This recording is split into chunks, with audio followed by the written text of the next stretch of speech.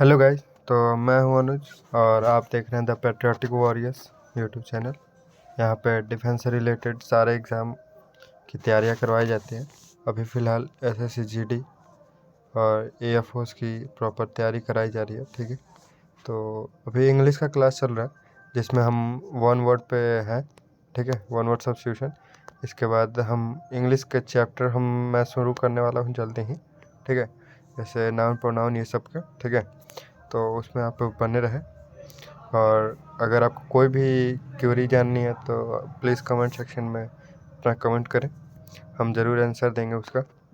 और आपको मतलब मैंने कल वीडियो बनाया था कि एयरफोर्स का जो पीएसएल है वो आ चुका है। ठीक है, तो उसमें जो जो लड़के फिट हो गए उनको कॉन्ग्रेचुलेशन। ठीक है, तो चलिए आज का वीडियो शुरू करते हैं। पहला वन वर्ड है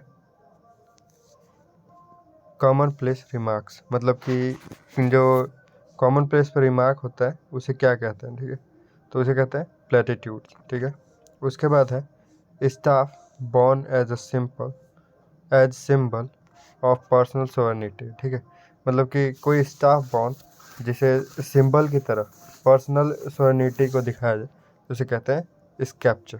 ठीक है, स्कैप्चर। उसके बाद है the theory that actions are right because they are useful. ठीक है, तो उसे कहते हैं यूटिलिटेरियनिज्म। ठीक है, यूटिलिटेरियनिज्म।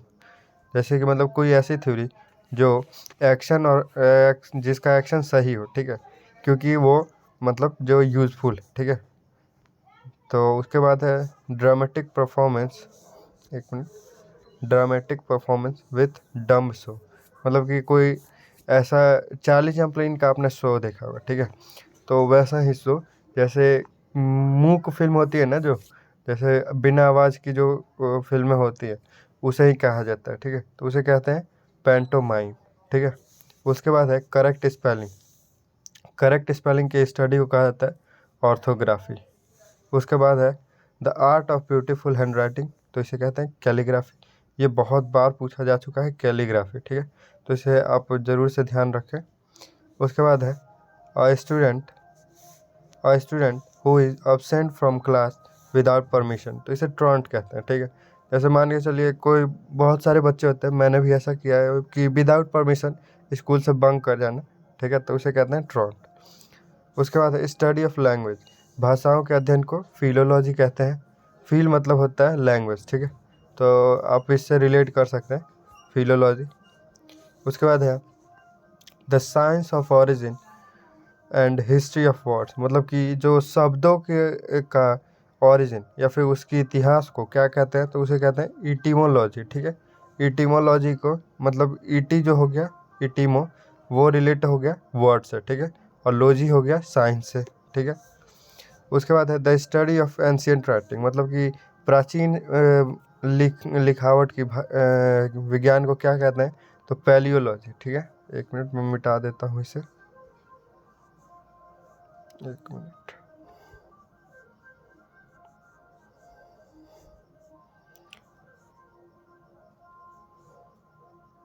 हाँ, तो आपको यहाँ पे अब दिख रहा होगा पैलियोलॉजी, पैलियोग्राफी।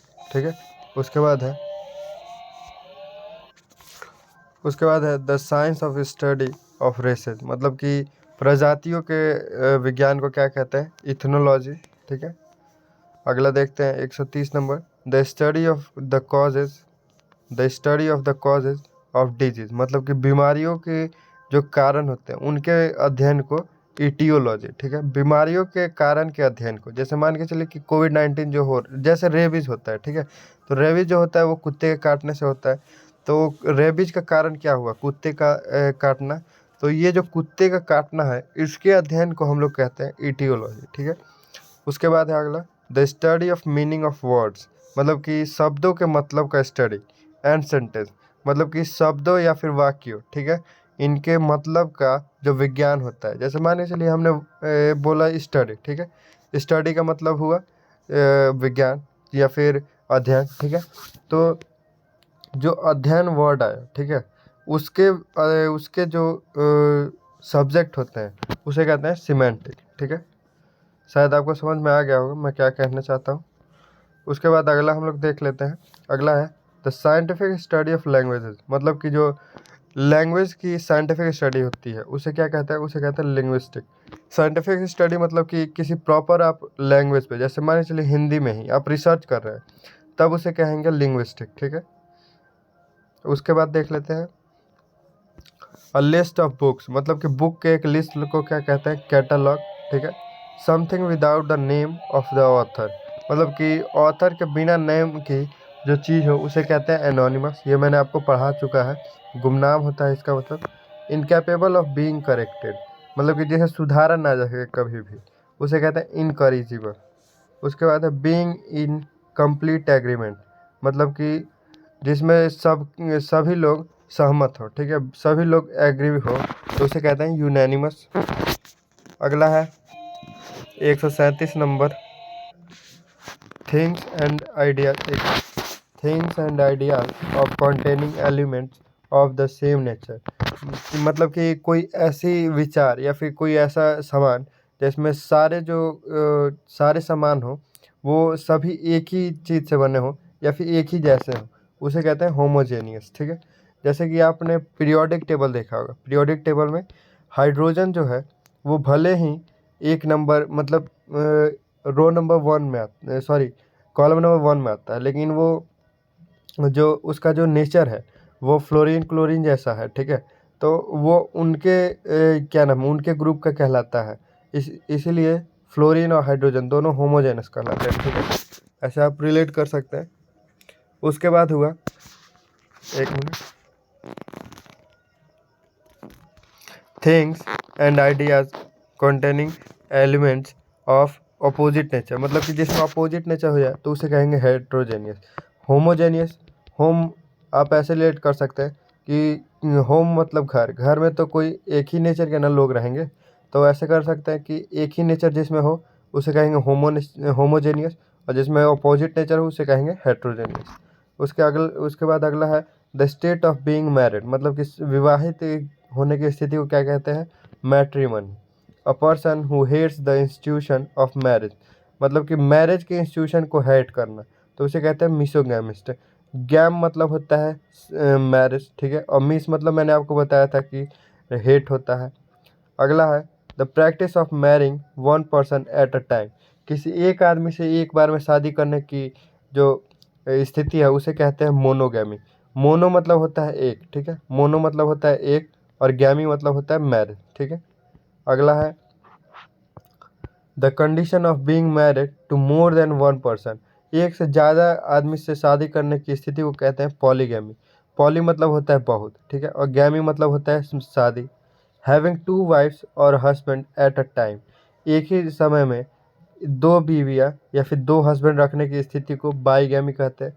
मान के चलिए कोई औरत है जिसके दो पति हो गए, या फिर कोई आदमी है जिसकी दो पत्नियां हो गई, तो उसे हम बाईगैमी कह सकते हैं। बाई मतलब होता है दो, ठीक है, और गैमी मतलब शादी। ठीक है, a woman whose husband is dead, मतलब कि विधवा को क्या कहते हैं इंग्लिश में, तो इंग्लिश में कहते हैं विडो, और जिसकी पत्नी मर गई हो उसे कहते हैं विडोवर।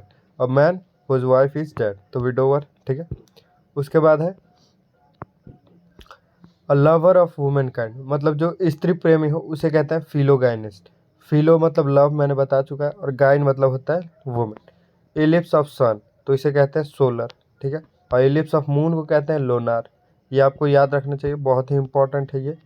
उसके बाद है अ मेडिसिन विच प्रिवेंट्स पुट्रीफेक्शन, मतलब कि पुट्रीफेक्शन से जो प्रिवेंट करे उसे कहते हैं एंटीसेप्टिक। ठीक है, उसके बाद मेडिसिन दैट इंड्यूस स्लीप, मतलब कि कोई ऐसी मेडिसिन जो नींद को बढ़ाए उसे कहते हैं नारकोटिक। ठीक है, तो आज के लिए इतना ही रहने देते हैं। और आप देख सकते हैं यहाँ पे हमारे 150 जो है वन वर्ड हो चुका है, और बाकी मैंने पहले भी मुझे लगता है कि 20-25 मैंने करा है, तो मुझे लगता है कि अप्रॉक्स मैंने 170 वन वर्ड करा चुके हैं। ठीक है, तो अभी और 3-4 क्लास चलेंगे आप लोग के, तो कुल मिला के मुझे लगता है कि 250 हो ही जाएंगे लगभग लगभग।